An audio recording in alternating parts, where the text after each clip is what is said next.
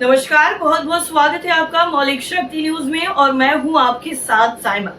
अभी आज के इस वीडियो में हम कुछ ऐसे घोटालों की चर्चा करेंगे जिसको सुनने के बाद आप भी हैरान हो जाएंगे और आपके भी मन में कई तरीके के सवाल जरूर आएंगे। तो आप वो सवाल जरूर कमेंट करके पूछेगा। तो बिना देरी के चलिए शुरुआत करते हैं और बताते हैं उस एक घोटाले के बारे में जो इस वक्त चर्चा का विषय बने हुए हैं। दरअसल पहला घोटाला है 122 करोड़ का। जी हाँ, 122 करोड़ रुपए के न्यू इंडिया कोऑपरेटिव बैंक घोटाले की जांच कर रही आर्थिक अपराध शाखा यानी EOW को बड़ी कामयाबी मिली है। जांच में ये सामने आया है कि मुख्य आरोपी हितेश मेहता ने 15 करोड़ रुपए की राशि फर्जी पहचान के जरिए निकाल ली गई। इसके पीछे राजीव रंजन पांडे नामक आरोपी का हाथ है, जो खुद को पवन गुप्ता बताकर मेहता से 15 करोड़ रुपए ले गया। EOW अधिकारियों के मुताबिक इस मामले में झारखंड से गिरफ्तार किए गए राजीव रंजन पांडे ने पवन गुप्ता बनकर हितेश मेहता से संपर्क साधा और एक NGO में पैसा निवेश कराने के नाम पर 15 करोड़ रुपए की मांग की। पांडे को इस काम में मदद मिली मेहता के ही कर्मचारी समीर शेख से, जो धारावी का रहने वाला है। शेख ने पूरी लेनदेन की प्रक्रिया पांडे के निर्देश पर की।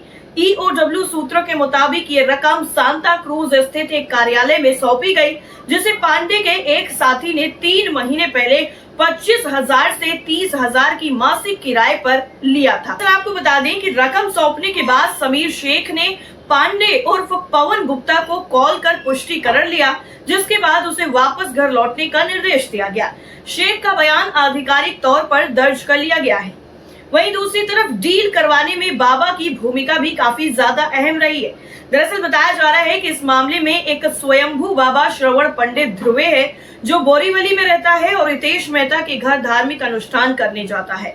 सूत्रों के मुताबिक मेहता ने बाबा को अपनी 15 करोड़ रुपए की काली कमाई को सफेद करने की मंशा बताई। इसके बाद बाबा ने पांडे के नेटवर्क से उसकी मुलाकात करवाई और कई बैठकों के बाद ये डील सांता क्रूज में फाइनल हुई और मेहता ने खुद फोन पर पांडे से बातचीत की, जो खुद को लगातार पवन गुप्ता ही कहता रहा। इससे पहले बाबा ने मेहता की एक पार्टी से पुणे के सतारा में भी मुलाकात करवाई थी, लेकिन वो सौदा नहीं हो सका था। इतना ही नहीं, EOW ने बाबा ध्रुवे का बयान भी दर्ज कर लिया है।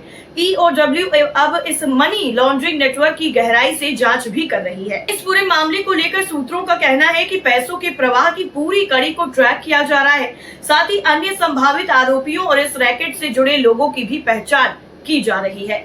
ये घोटाला सिर्फ एक बैंक फ्रॉड नहीं, बल्कि ब्लैक मनी को व्हाइट में बदलने के एक संगठित प्रयास का हिस्सा भी माना जा रहा है।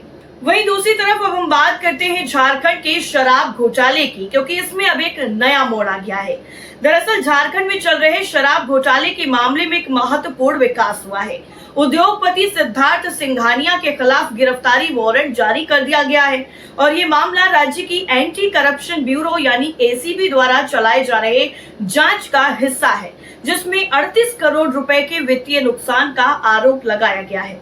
आपको बता दें कि सिद्धार्थ सिंघानिया पर आरोप है कि उन्होंने शराब के अवैध कारोबार में संलिप्तता दिखाई है और इस मामले में कई अन्य व्यक्तियों के नाम भी शामिल हैं, जिनमें सरोज लोहिया, बच्चा लोहिया और अतीमा खन्ना शामिल है। इन सभी पर आरोप है कि उन्होंने मिलकर एक शराब सिंडिकेट का संचालन किया। झारखंड ACB ने इस मामले में गहन जांच भी शुरू की है, जिसमें विभिन्न दस्तावेजों और गवाहों के बयान भी शामिल हैं। इस जांच में मनीष जैन, राजीव द्विवेदी, अजीत जयसिंह राव, अमित प्रभाकर सोलंकी और सुनील कुंभकर्ण जैसे अन्य प्रमुख व्यक्तियों के नाम भी सामने आए हैं, जो काफी ज्यादा हैरान करने वाले हैं। वहीं दूसरी तरफ भ्रष्टाचार निवारण अदालत में ये मामला है। दरअसल इस मामले को लेकर भ्रष्टाचार निवारण अदालत में सुनवाई चल रही है और अदालत ने सिद्धार्थ सिंघानिया के खिलाफ गिरफ्तारी वारंट जारी करते हुए उन्हें न्यायालय में पेश होने का आदेश भी दिया है। दरअसल झारखंड में शराब घोटाले की ये घटना न केवल राज्य की राजनीति में हलचल पैदा कर रही है, बल्कि ये पूरे देश में भ्रष्टाचार के खिलाफ चल रही लड़ाई को भी उजागर कर रही है। वहीं इस मामले की आगे की सुनवाई और जांच के परिणामों का सभी लोगों को बेसब्री से इंतजार भी है। वहीं दूसरी तरफ डीनो मोरिया के घर पर भी ईडी की दस्तक हुई है। दरअसल अभी हाल ही में प्रवर्तन निदेशालय यानी ईडी ने बॉलीवुड अभिनेता डीनो मोरिया के मुंबई में मौजूद आवास पर छापेमारी की और ये कार्रवाई कथित 65 करोड़ के मिठी नदी डिलस्टिंग घोटाले से जुड़ी हुई है। दरअसल आपको बता दें कि ये कार्रवाई कथित 65 करोड़ रुपए के मिठी नदी डीसिल्टिंग घोटाले से जुड़ी हुई है। इस मामले में ईडी के मुंबई और कोची में 15 से ज्यादा जगहों पर एक साथ छापे मारे। जांच एजेंसी का मानना है कि गाद हटाने के नाम पर बीएमसी को करोड़ों का नुकसान पहुंचाया गया है। ये छापेमारी डीनो मोरिया के कथित रूप से एक ऐसे कारोबारी नेटवर्क से जुड़ाव के चलते की गई जो इस परियोजना में शामिल ठेकेदार कंपनी से संबद्ध हो सकता है। मीठी नदी मुंबई की एक अहम जलधारा है जिसे मॉनसून से पहले हर साल साफ किया जाता है। बीएमसी इसके लिए ठेकेदारों को मोटी रकम देती है, लेकिन जांच में सामने आया है कि कई बार कागजों पर काम दिखाकर करोड़ों रुपए का भुगतान कर लिया गया, जबकि जमीनी स्तर पर काम अधूरा था। इतना ही नहीं, ईडी को ये शक भी है कि इस घोटाले के पीछे फर्जी बिल, मनी ट्रेल और अवैध लेन देन का बड़ा नेटवर्क है। इसी संदर्भ में डीनो मोरिया का नाम सामने आया, जिनकी एक कारोबारी इकाई इस गड़बड़ी से जुड़ी कंपनियों के साथ जुड़ी हो सकती है। फिलहाल डीनो मोरिया की तरफ से इस छापेमारी को लेकर कोई प्रतिक्रिया सामने नहीं आई है, लेकिन ईडी ने उनके आवास से कई फाइलें, डिजिटल उपकरण और वित्तीय दस्तावेज जरूर जब्त किए हैं। इस कार्रवाई के बाद ये सवाल भी उठ रहा है कि क्या फिल्म दुनिया की चकाचौंध अब वित्तीय अनियमितताओं और घोटाले की पनाहगाह बनती जा रही है, क्योंकि पिछले कुछ सालों में बॉलीवुड से जुड़े कई नाम मनी लॉन्ड्रिंग, ड्रग्स और टैक्स चोरी जैसे मामलों में जांच एजेंसियों के निशाने पर आ चुके हैं। ईडी की इस जांच का अगला चरण और अहम हो सकता है, क्योंकि शुरुआती सबूतों के आधार पर पूछताछ और सम्मन की प्रक्रिया भी आगे बढ़ेगी और संभावना यही जताई जा रही है कि इस केस में और नाम भी सामने आ सकते हैं।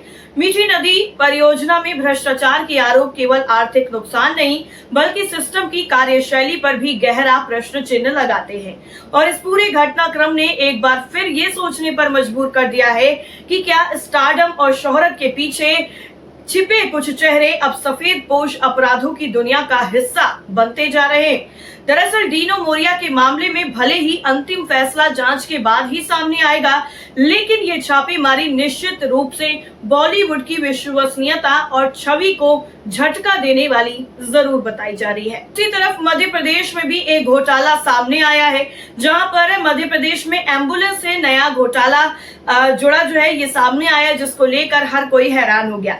दरअसल सरकार की तरफ से एम्बुलेंस भुगतान को लेकर जानकारी देने के बाद विवाद बढ़ गया है।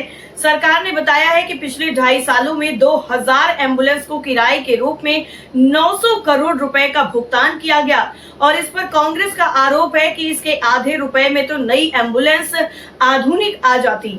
अजब, मध्य प्रदेश में गजब गजब के घोटाले सामने आते रहते हैं और पिछले दिनों में कुछ और घोटाले जो है बर्तन को लेकर के सामने आए थे। डामर घोटाला जो है वो सामने आया था, लेकिन अब मध्य प्रदेश में एम्बुलेंस घोटाला सामने आने के बाद हर कोई हैरान हो गया है। इसको लेकर विपक्ष सत्ताधारी पार्टी पर निशाना भी साध रहा है। तो फिलहाल अब देखना ये होगा कि अब इन सारे घोटालों में आगे की जो प्रक्रिया है वो क्या होती है और क्या कुछ नए खुलासे होते हैं। फिलहाल के लिए इस रिपोर्ट में इतना ही। बाकी तमाम खबरों के लिए आप जुड़े रहिए मौलिक शक्ति न्यूज के साथ। नमस्कार।